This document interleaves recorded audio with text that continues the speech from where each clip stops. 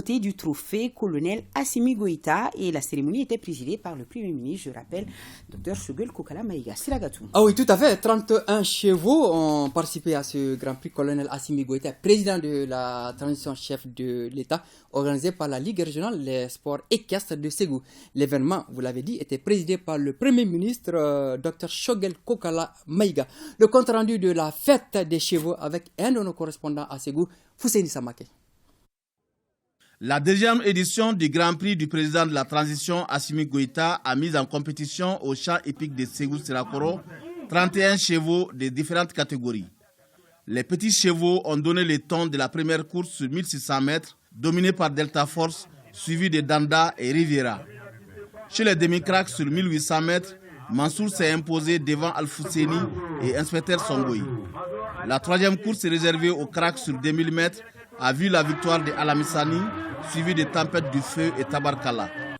Les organisateurs et responsables du sport équestre se réjouissent de cette initiative. Réellement, c'est bien organisé. Ça s'est très bien passé dans l'ensemble. On a beaucoup de projets. On a des projets de construction de haras ici. J'ai accompagné ce Grand Prix, encore une fois, pour soutenir la transition, pour soutenir Assimi. Et je pense que la transition doit être soutenue par tous les Maliens et par toutes les Maliennes. Et c'est vraiment le but de ma participation à ça. Le Premier ministre qui a présidé cette course a invité les Maliens à l'Union sacrée pour le Malikoura. Avant d'exprimer ma joie personnelle et celle du président de la transition que je représente, je voudrais saluer tous ceux qui ont participé à cet événement. À commencer par, bien sûr, le public, essentiellement jeunes, de la même génération que le président. Ça veut dire que c'est une affaire des jeunes. Je voudrais aussi saluer ceux qui ont parcouru cette distance-là et leur dire qu'on a certes distribué des prix, mais les gagnants, c'est la jeunesse. Les gagnants, c'est l'initiative. La jeunesse doit avoir de l'initiative. C'est eux qui ont gagné. Il n'y a pas de premier, il n'y a pas de dernier. Et le fait que la jeunesse offre au président aujourd'hui le Grand Prix de la course des chevaux à Ségou est un signe annonciateur d'un Mali meilleur, d'un Mali correspondant à l'espoir des Maliens. Le parrain de la compétition au cours de cette cérémonie a offert un cheval au Premier ministre. Voilà, Siragatou. C'est tout. Oui, c'est ce qu'il fallait retenir. Voilà. Je donne rendez-vous aux téléspectateurs tout à l'heure aux alentours de 22h30 pour le journal du mondial. Merci beaucoup, Siragatou. Et on va encore une fois féliciter l'équipe d'Argentine, championne donc du monde. Voilà. Merci, Siragatou. On parlait de hippisme en marge de la compétition hippique. Le docteur Shogel Kokala Maïga a rendu visite aux FAMA de la zone. Il tenait à les encourager pour leur engagement dans le cadre de la sécurisation des populations et dans la reprise progressive des activités. C'était toujours à Ségou.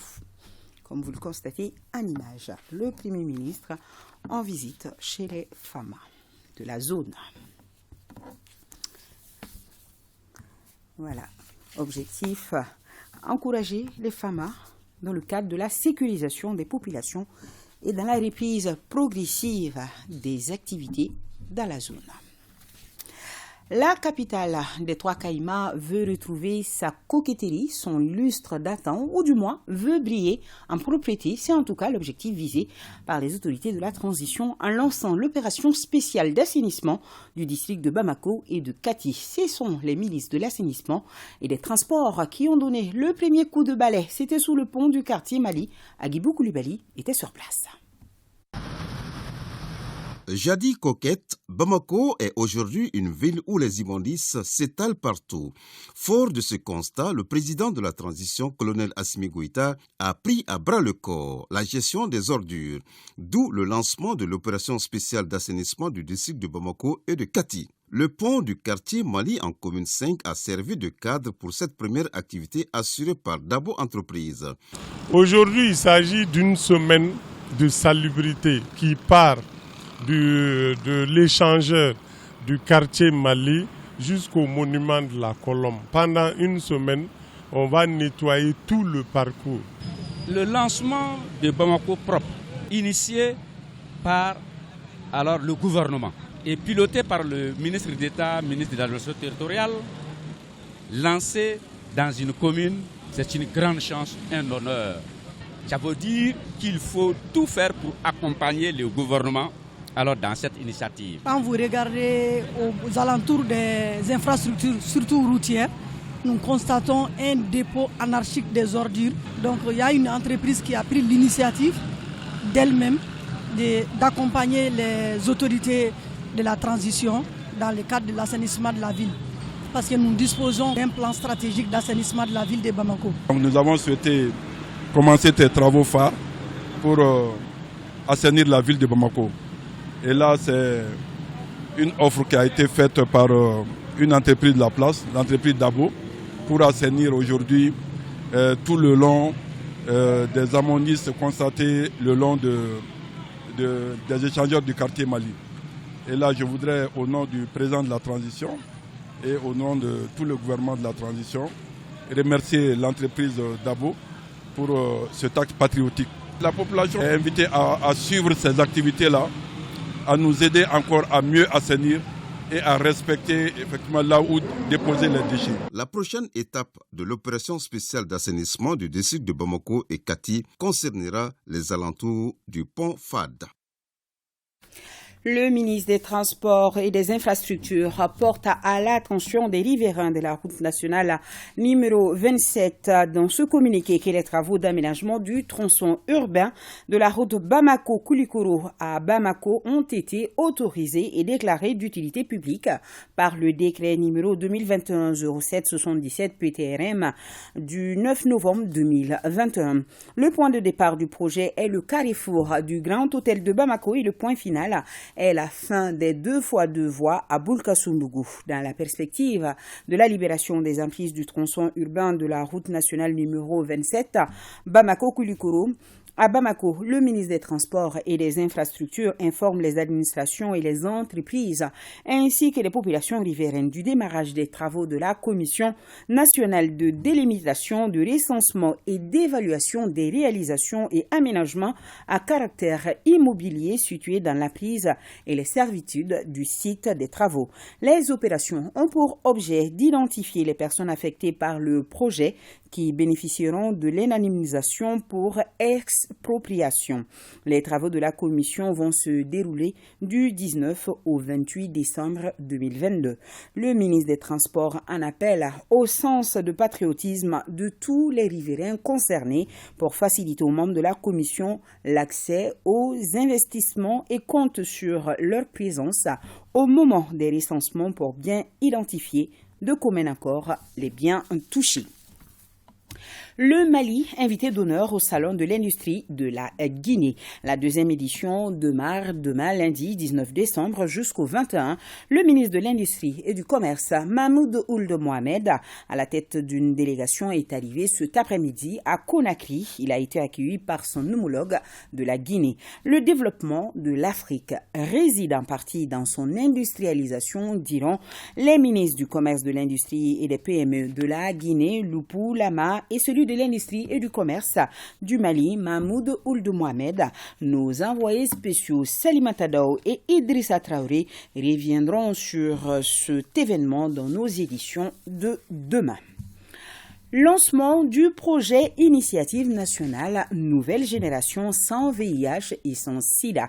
C'était au cours de la journée nationale de plaidoyer sur l'accélération de la prévention, de la transmission mère-enfant et de la prise en charge du VIH pédiatrique et adolescent. Aliou Abdoulaye Touré nous en parle. Selon un rapport de l'ONU-SIDA, toutes les 6 minutes, un enfant de moins de 15 ans mourait de SIDA en 2021. Ce qui fait dire au directeur exécutif de l'ONU-SIDA qu'il y a lieu d'accorder une attention particulière à la prévention des nouvelles infections des enfants et adolescents. D'où la pertinence du lancement du projet Initiative nationale Nouvelle Génération sans VIH et sans SIDA. Face à cette situation, l'ONU-SIDA, l'UNICEF et l'OMS, en collaboration avec d'autres partenaires, ont lancé une alliance mondiale en août 2022 à Montréal, au Canada, pour garantir l'accès de tous les enfants séropositifs à un traitement d'ici la fin de la décennie et de prévenir les nouvelles infections chez les nourrissons. De cette déclaration à ce jour, 15 décembre 2022, le cadre stratégique national qui a été mis en œuvre de 2007 à 2021 a connu une mise en œuvre particulièrement difficile à cause de la limitation des ressources de l'État et aussi des ressources des partenaires techniques et financiers. À l'évaluation de ce cadre stratégique national, nous avons constaté avec satisfaction le maintien d'une prévalence nationale moyenne, toujours faible, mais nous avons aussi remarqué avec amertume que la majeure proportion des nouvelles infections au VIH était chez les moins de 25 ans. Au cours du lancement de cette initiative nationale Nouvelle Génération sans VIH et sans SIDA, tous les leaders religieux du Mali ont mis l'accent sur la nécessité de l'intensification des campagnes de sensibilisation et de dépistage du sida. Le FAFE, Fonds d'appui à l'autonomisation de la femme et l'épanouissement de l'enfant, continue sa tournée à l'intérieur en venant en aide à ses cibles, qui sont les femmes. Il vient de doter un matériel et équipement pour plus de 15 millions de francs CFA des groupements de femmes des régions du Sikasso, Bougouni et Koutiala. Mustafa Doumbia, Suleiman Bamba, correspondance. Cette remise de matériel consacre le lancement des activités du FAFE, Fonds d'appui à l'autonomisation de la femme et l'épanouissement de l'enfant. Des activités exécutées dans les régions de Sikasso, Bougouni et Koutiala par l'ONG CRADO, cabinet de recherche et action pour le développement endogène. FAFE est en train de développer un partenariat public-privé dynamique et fécond avec l'ensemble des ONG engagées dans ces défis de promotion des femmes et de développement de leur leadership. Les matériels sont remis à 25 groupements de femmes, des enfants en situation difficile à travers les services locaux en charge de la femme et de l'enfant. Le cadre est saisi par des anciens bénéficiaires du FAFE pour évoquer l'impact de l'appui de ces fonds sur leurs activités. Je suis bénéficiaire du fonds d'appui pour l'autonomisation de la femme et l'épanouissement de la femme. J'emploie plus de 20 femmes. Le financement m'a permis de satisfaire mes clients et d'augmenter ma productivité.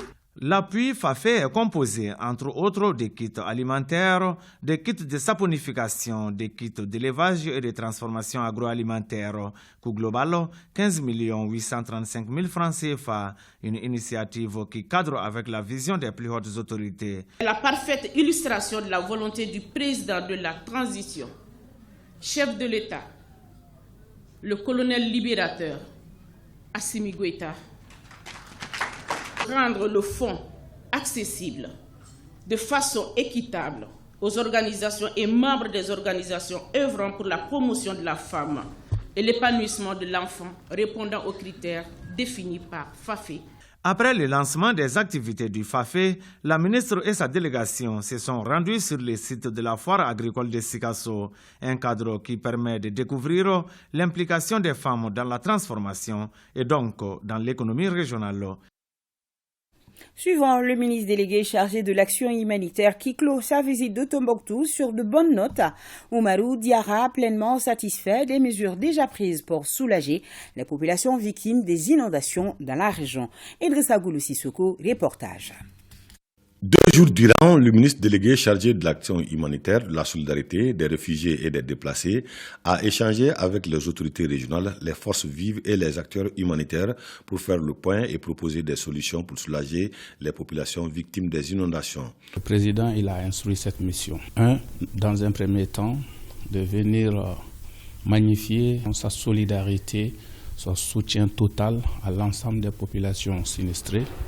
Aussi, son encouragement pour l'effort fourni par les autorités de la région de Tombouctou. Au-delà Il s'agissait aussi, ensemble, les partenaires de la région, les autorités de la région, les forces vives de la région, les populations touchées par ces inondations, échanger avec eux pendant les 48 heures, faire une évaluation par rapport aux dégâts et les solutions à apporter. Au cours de la rencontre avec les forces vives de la région, chaque cercle a pu donner la situation réelle de sa localité. Au nom des plus hautes autorités, le ministre a salué la promptitude des autorités régionales face à la situation. Nous allons quitter la ville de Tombouctou avec une idée claire par rapport à ce qui a été fait et ce qui reste à faire. Et ce bilan, je pense que le président de la transition, selon ses efforts multiformes sur le plan social, les œuvres sociales du président de la transition avec le commissariat à la sécurité alimentaire, nous allons conjuguer nos efforts. Parce que nous avons évalué aujourd'hui l'assistance pour 3 mois jusqu'à plus de 1000 tonnes de vivres. Donc c'est ce qu'il faut mobiliser pour l'ensemble des cercles et les populations touchées. Et n'en parlons pas des bétails qui ont été brûlés.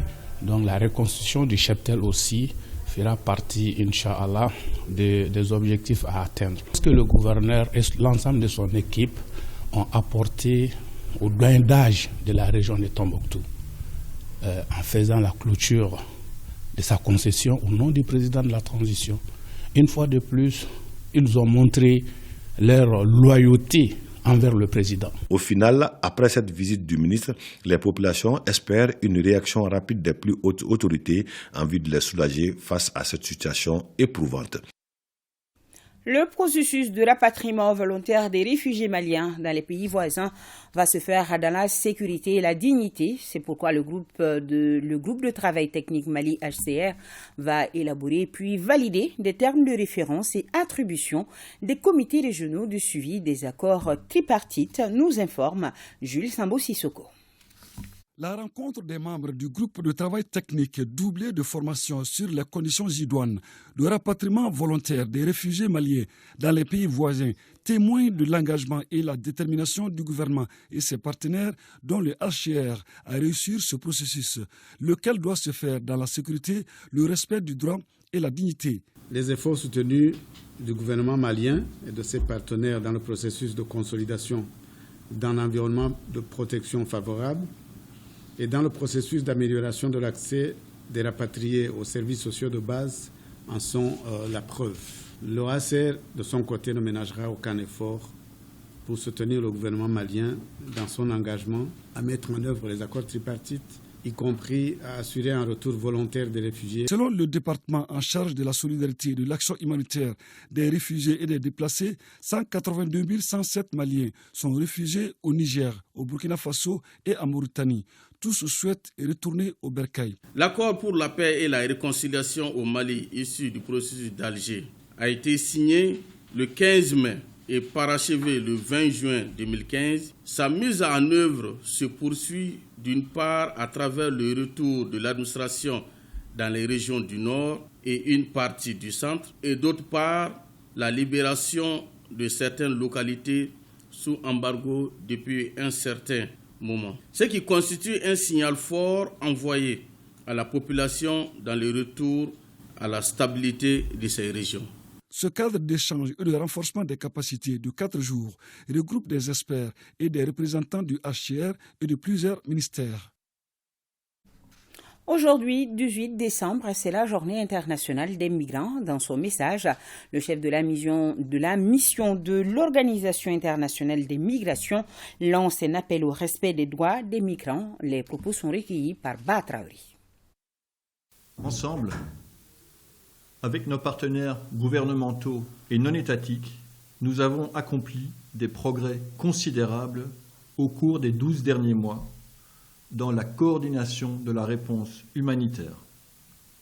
L'introduction de la biométrie dans la collecte des données sur les personnes déplacées internes, à travers un projet dont la mise en œuvre a démarré cette année, permettra d'assurer que l'aide humanitaire parvienne effectivement aux personnes dans le besoin. C'est également ensemble, avec le gouvernement du Mali et ses partenaires, que nous avons soutenu 7 464 migrants, dont 6 338 Maliens, pour rentrer chez eux dans la dignité et en toute sécurité. Ceci entre le 1er décembre 2021 et le 1er décembre 2022. Ce qui porte à 36 233 le nombre total de migrants vulnérables bénéficiaires du programme d'aide au retour volontaire et à la réintégration depuis 2017. Aujourd'hui, le Mali, pays champion de la mise en œuvre du pacte mondial pour des migrations sûres, ordonnées et régulières, figure en bonne place parmi les références sous-régionales sur cette thématique. La mobilité est la plus ancienne expression de l'humanité. Cette année, le secrétaire général des Nations Unies et le directeur général de l'OIM lancent, dans leurs messages respectifs, un appel au respect des droits des migrants, sans discrimination aucune. Ouverture demain, 19 décembre, au CICB de la première édition de la Semaine du numérique, une initiative du département en charge de l'économie numérique et de la modernisation de l'administration. L'espace vise à créer une synergie entre les acteurs du numérique pour une émergence absolue du secteur au Mali. Le directeur général de l'économie numérique au micro de Bokari Koulibaly nous en dit plus. La Semaine du numérique est une initiative du département de la communication, de l'économie numérique et de la modernisation de l'administration. Permettre aux acteurs du secteur de se retrouver pour échanger sur les problématiques de l'ère et également mettre un cadre, un réseautage favorable à l'émergence ou à l'expression des initiatives au niveau surtout des startups. Nous l'avons placé sous les thèmes de la modernisation de l'administration, c'est-à-dire mettre les TIC au cœur de la modernisation de l'administration. Donc nous faisons appel à ces jeunes pousses qui ont des initiatives dans ce sens-là, de nous proposer des projets qui puissent nous permettre d'aller vers une administration moderne, efficace, au service des citoyens. Maintenant, l'autre activité phare aussi autour de la semaine, ce sont les panels. Donc, les panels consistent tout simplement à animer des thématiques qui posent des problèmes aujourd'hui dans les secteurs, que tout le monde se retrouve dans ce cadre-là et y participe activement pour l'émergence du secteur du numérique.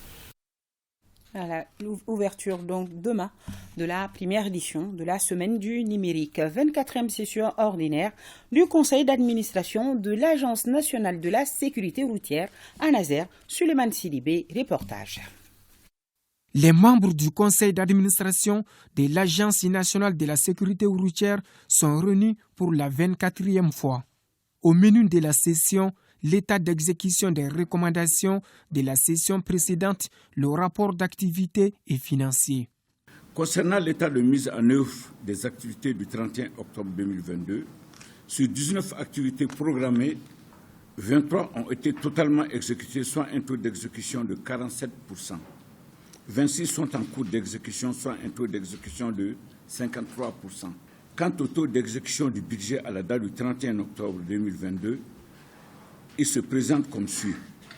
Sur un budget prévisionnel de 2 553 259 782 francs CFA, la Nazer a mobilisé 1 514 510 252 francs CFA, soit un taux de mobilisation de 59,43%. Le projet de budget de l'année 2023 est arrêté en recettes et en dépenses à la somme de 2 628 470 000 francs CFA. Pour le bonheur des usagers de la route, plusieurs innovations sont prévues courant 2023 par la Nazer. En 2023, ce que nous allons faire, c'est de poursuivre ces campagnes de sensibilisation en mettant l'accent sur d'autres facteurs de risque des accidents de la circulation routière, notamment le port de la ceinture de sécurité, la conduite avec le téléphone tenu en main, la conduite en état d'ébriété et bien entendu tout ce qui est la réglementation par rapport à la circulation routière. Pour l'atteinte des missions assignées à l'ANASER en cette période de fin d'année, les membres du Conseil invitent les usagers de la route au respect du code de la route et le port du casque de protection. Suivons également la 7e session du conseil d'administration de l'ADR Mopti, Idrissa Keïta. Cette 7e session ordinaire du conseil d'administration de l'Agence de développement régional de Mopti ADR a permis aux administrateurs de faire l'état des lieux des activités réalisées au compte de l'année 2022, le plan opérationnel et le contrat de performance pour l'année 2023. Nous avons initié tout ce qui est question de planification du développement régional. Nous avons élaboré un certain nombre de PDSEC à l'endroit des communes. Nous avons accompagné également les collectivités dans la maîtrise d'ouvrage pour la réalisation des investissements. Nous avons accompagné les collectivités dans la mobilisation des ressources. Si dans l'ensemble, il y a de quoi se réjouir, cependant, tout n'est pas rose. Il y a ces difficultés liées à la mobilisation des ressources et il y a aussi ces difficultés liées à la crise sécuritaire. Nous profitons chaque fois qu'il y a de l'accalmie pour poser des actes forts et concrets afin de pouvoir avancer. Certes, des défis demeurent, mais les perspectives ne manquent pas. Nous sommes dans cette dynamique de continuité par rapport à la mise en œuvre des activités, poursuivre toujours la mobilisation des ressources. C'est vrai, il est difficile pour les collectivités aujourd'hui de voir quelles sont les ressources propres, internes, externes, et surtout les fonds sectoriels qui sont au niveau de l'État, comment appuyer les collectivités dans cette mobilisation. Ensuite, nous sommes dans la restitution publique aujourd'hui pour voir un peu comment amener les questions de citoyenneté, les questions de redevabilité de ces élus vis-à-vis des citoyens. Pour atteindre cet objectif, un budget de 189 millions de francs CFA au titre de l'année 2023 est soumis à l'appréciation des administrateurs de cette 7e session de l'ADR Mopti. Un mot de ce nouveau projet de plan international Mali et son partenaire de mise en œuvre, ONG Alphalog, et c'est avec Jacqueline Daoko et Issa Bah. Renforcer la résilience et la protection des enfants, des adolescents et des jeunes vivants dans les camps de réfugiés, des établissements pour personnes déplacées et des communautés vulnérables, c'est le nom d'un nouveau projet que Plan International Mali et son partenaire Alphalog viennent de présenter aux autorités administratives de Ségou. La présente rencontre vise à partager avec les parties prenantes les grandes orientations stratégiques du nouveau projet. Les enfants que nous visons et les femmes que nous visons et même vraiment ces populations réfugiés qui se trouvent dans ces 3 communes, qui soient vraiment touchés, qui soient impactés en ce qui concerne vraiment la mise en œuvre de cette réponse.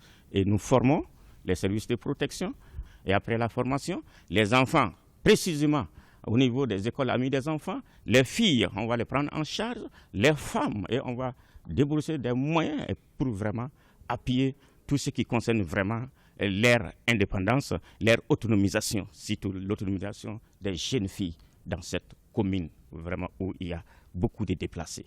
En partenariat avec la Direction générale pour le développement et la coopération, le projet a pour cible essentielle les jeunes de 18 à 24 ans. Il touchera 20 000 personnes, dont plus de 10 000 femmes et jeunes filles. Je souhaite vivement que cette initiative préconisée par Plan International et son partenaire Alphalog soit étendue à d'autres communautés dans la région de Ségou. Par conséquent, je réitère la disponibilité des autorités régionales à vous accompagner pour atteindre au mieux les objectifs du projet DGD dans le cercle de Massina et notamment dans les communes de Kolongo, Saloba et Sana. Pour une durée de 2 ans, le projet intervient dans la région de Ségou, dont le cercle de Massina, notamment Kolongo, Saloba et Sana. Tahar Ould El Haj est désormais le nouveau président du collège transitoire de la région de Taoudéni. Notre correspondant permanent à Taoudéni, Cherfi Moulay Aïdara, nous le présente. C'est désormais Tahar Ould El Haj, opérateur économique et ancien maire de la commune de Salam, qui prend la tête du collège transitoire de Taoudéni. Jusque-là, deuxième vice-président, il remplace Hamoud Ould Mohamed. Tahar dirige un bureau de 15 membres, dont une femme. T'attiens en conseil de ministres, décret, article 1er, les personnes dont les noms suivants sont nommées au collège transitoire de la région de Taoudéni en qualité de président, M. Tahar Ould El Haj. Je remercie les autorités de transition et le gouvernement à leur tête, le colonel Assimi Goïta, pour cette confiance qu'il m'a confiée. Une tâche qui n'est pas facile. Et je demande vraiment leur soutien et leur accompagnement pour que je puisse rendre le service comme il faut. Et je cherche aussi de me soutenir avec mon accompagnement de toutes les communautés d'État Oudani pour qu'on puisse mener la paix dans notre région et dans notre pays et pour contribuer dans la construction de notre pays. Le nouveau bureau dirigé par Tahar Ould El Haj s'engage à s'attaquer aux défis de l'heure pour le développement socio-économique de la 9e région administrative du Mali. Lancement à Bougouni de l'atelier de concertation des acteurs locaux autour de la gestion durable des ressources naturelles pour le renforcement de la cohésion sociale et la paix au Mali. Jafar Aïdara, Djibril Barayogo.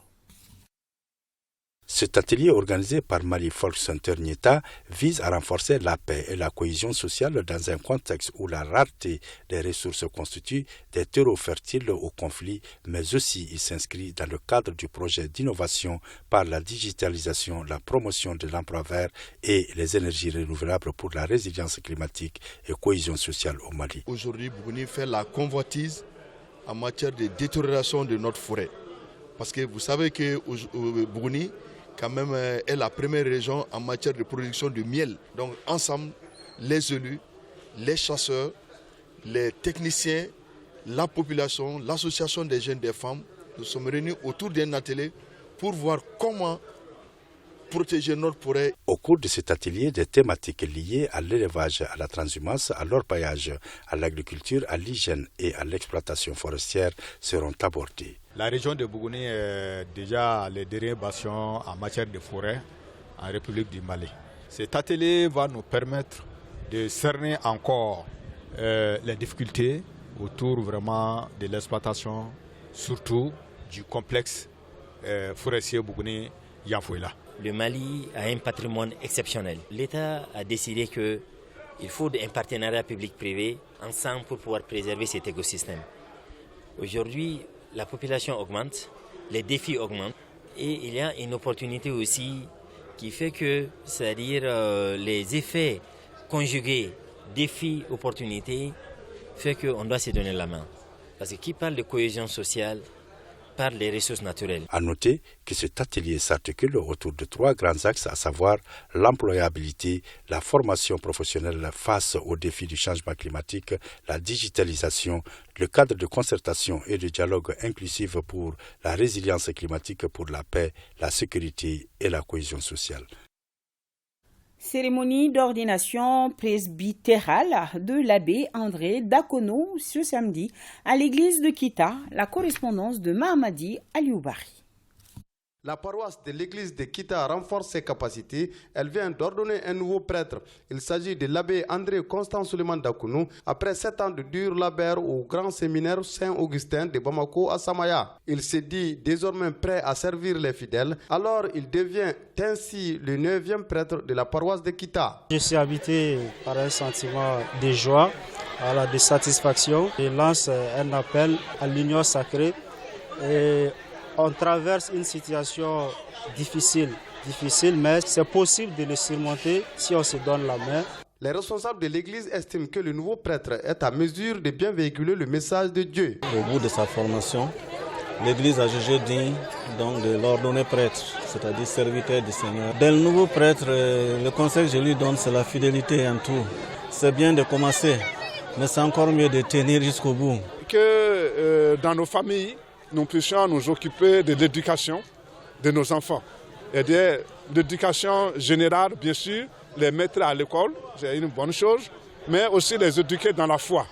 Et c'est l'éducation dans la foi qui permet à un jeune de savoir que Dieu existe et de savoir aussi que nous pouvons nous mettre au service de l'humanité, au service des hommes et des femmes de notre temps. Devenir prêtre, c'est un lieu où on manifeste que nous sommes là au service de tout le monde. Le gouverneur de la région a tenu à être présent à cette importante cérémonie religieuse. Nous sommes là parce que c'est l'occasion, et ça a toujours été l'occasion, d'entendre les messages de paix, de cohésion, d'entraide.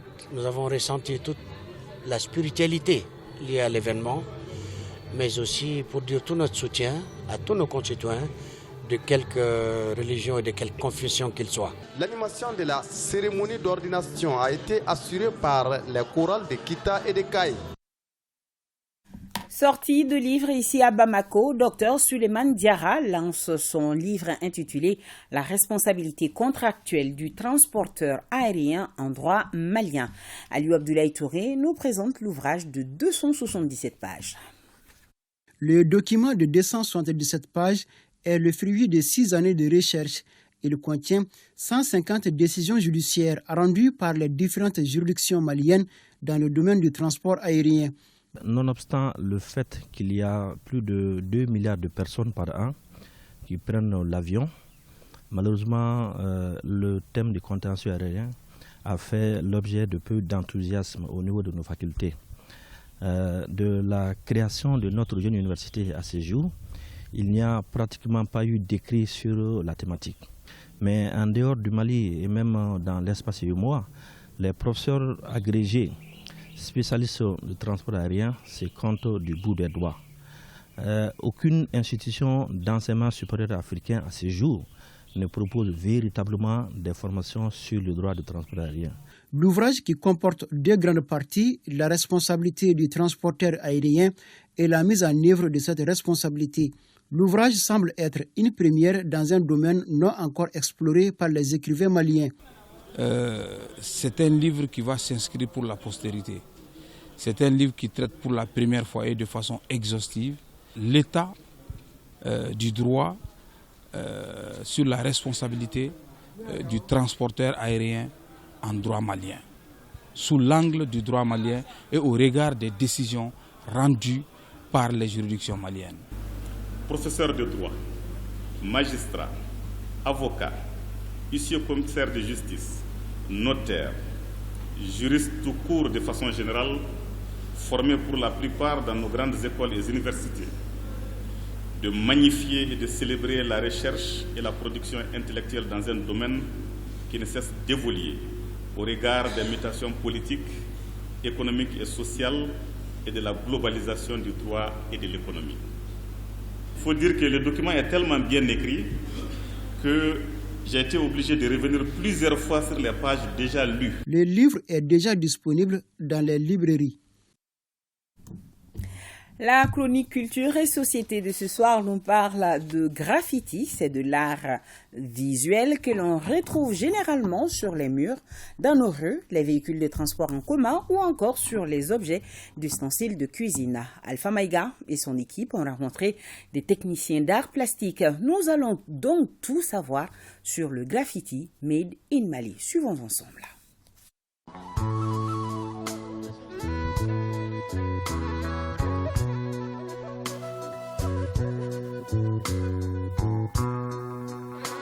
Un graffiti, par définition, est un dessin ou une inscription peinte, tracée ou gravée. On les retrouve sur les biens publics ou privés, les monuments, les murs, les véhicules ou sur tout autre support. C'est un art qu'on peut appeler révolutionnaire à la base parce que c'est tous ces artistes-là, tous ces talentueux-là qui ont toujours eu envie de s'exprimer et qui n'avaient pas forcément droit de se faire exposer dans les galeries et autres. Pour s'exprimer, venaient sur les places publiques et se permettaient de dégager leurs émotions. J'ai réalisé un homme assis, donc dans la solitude, tristesse. Par exemple, il y a des vagabonds qui sont venus chez lui, ils ont ramassé tous ses biens, comme ça il ne sait pas quoi faire, il ne sait pas comment nourrir ses enfants, sa famille. Quand quelqu'un voit, c'est pour lui apporter seulement la façon dont les gens cambriolent des gens, donc ça lui affecte vraiment, ça lui fait mal et il ne sait pas comment s'en sortir.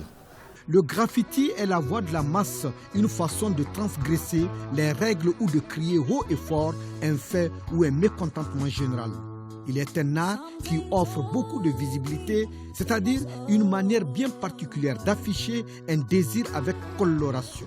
Il faut avouer qu'au fond, c'est lié à surtout des motivations, des sensations sociales, c'est-à-dire face aux problèmes sociaux.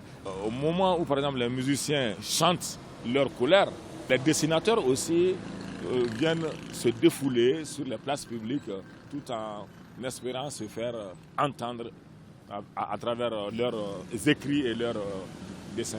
L'artiste s'exprime à travers son art, quoi. On dessine seulement pour une expression, l'idée. De façon plus contemporaine, on associe le graffiti à l'art de la rue, à la culture hip-hop, puisque souvent réalisé par des groupes adhérents à cette dernière. Il y a une question de fond qui est surtout la source de motivation, mais la forme, elle est vraiment personnelle, mais surtout guidée par ce que l'artiste lui-même ressent. La lecture d'une œuvre d'art est assez subjective. C'est plutôt des sensations personnelles. Tout au long du mur, on voit d'abord par endroits des jeux de fond rouge. Les fonds rouges très souvent sont liés à des douleurs, liées à la colère que l'artiste a voulu exprimer. Donc très souvent on va retrouver des mots ou bien tout simplement dans la forme, on voit de la violence faite par certains sur d'autres et qui est censé interpeller tout public. Le graffiti est souvent réalisé dans un contexte de tension politique ou suite à des faits de société ayant un grand impact sur la masse. Des messages développés durant les révolutions et les insurrections politiques dans un esprit esthétique par l'utilisation de nouvelles techniques. Cela dépend vraiment de ses propres sensations. Ça dépend vraiment de comment l'artiste lui-même a envie de vomir sa rage. Et les couleurs vont vraiment de cette émotion qui est vraiment personnelle. Ce sont les blancs et les noirs sont des couleurs secondaires parce qu'il y a 3 couleurs primaires, jaune, bleu et rouge. Donc toutes les couleurs là sont des couleurs secondaires. Le graffiti est un support d'expression et de manifestation grandeur nature considéré comme étant de l'art contemporain. Traditionnellement, on le retrouve également avec la gravure sur les calebasses, un savoir-faire traditionnel qui subsiste encore de nos jours.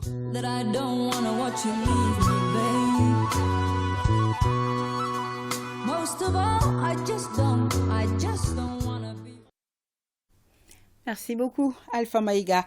Ce qui nous amène à faire le point Covid de ce 18 décembre 2022. 0 cas positifs, 0 guéris, 0 décès. 5 personnes sont sous traitement. Pour vous protéger et protéger les autres, suivez les mesures de prévention et faites-vous surtout vacciner. La présélection de l'élection Miss ORTM édition 2023 pour la phase du district de Bamako a eu lieu au Grand Hôtel. Plus de 200 candidates inscrites pour participer à ce casting de Bamako pour 16 places. C'était sous la supervision d'un huissier commissaire de justice. Ibrahim Kaoukonate Abokone, compte rendu. Sur les 211 candidates, 102 candidates se sont présentées hier devant un jury. Un jury composé de 5 membres.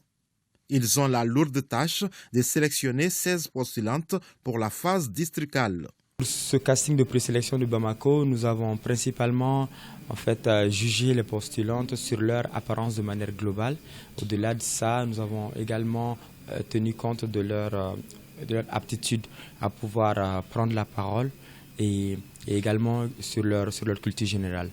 Donc nous avons essayé d'être le plus exigeant possible, mais tout en gardant aussi une marge, parce que l'objectif c'est également de pouvoir apporter du changement dans la personnalité de chaque candidate, parce que l'objectif c'est également de les former avant la phase finale. Miss ORTM est sans doute l'un des concours de beauté les plus convoités par les jeunes filles. Parce que c'était un challenge personnel pour moi, depuis toute petite. Oui, très confiante. Mais je suis un peu timide, juste un peu. Si je suis élue Miss, j'ai un projet, celui de créer un centre de formation professionnelle pour les jeunes déscolarisés et non scolarisés. Permettre aux jeunes d'être autonomes, indépendants, de participer au développement social, économique et culturel du pays. Cette année, le comité syndical de l'ORTM entend innover, d'où la présence d'un huissier de justice. et travaille en étroite collaboration avec l'agence de communication de la place Spirit Communication. À partir du 1er novembre 2022, lancer l'appel à candidature pour permettre aux jeunes filles de 18 à 28 ans de s'inscrire à l'élection Miss ORTEM 2023. Juste après 2 années d'absence, donc nous revenons sur cette scène culturelle. Pour qui connaît l'actualité de ce pays-là, c'est un changement, c'est l'aspiration à un Mali nouveau, dont le Mali croit, raison pour laquelle nous avons engagé ce thème, le Mali croit en marche, ensemble pour le Mali croit en marche. Donc du coup, les filles vont parler surtout du Iréoléa, du Malidien et du Mali croit. Parmi ce nombre important, les 3 premières dauphines seront triées lors d'une soirée gala. Celles-ci vont représenter le district de Bamako à la phase finale de l'élection Miss ORTM 2023, prévue courant janvier prochain. Bonne chance à toutes ces belles jeunes filles. Doussou Koné, à partir de 8h, reçoit le sociologue Séné Sangaré dans Aoubidi. Ils vont discuter des relations à distance. Quel avenir? Nous sommes à la fin de cette édition. Merci à la rédaction et à toute l'équipe de réalisation. Demain à 13h, Mariam Koné. Je serai là, j'espère, à 20h pour la grande édition. Je vous souhaite une bonne suite des programmes sur nos différentes plateformes. Bon début de semaine à tous et un grand merci à nos téléspectateurs de Taoudeni Menaka, Gourmararous et Bourema. Bonsoir à tous.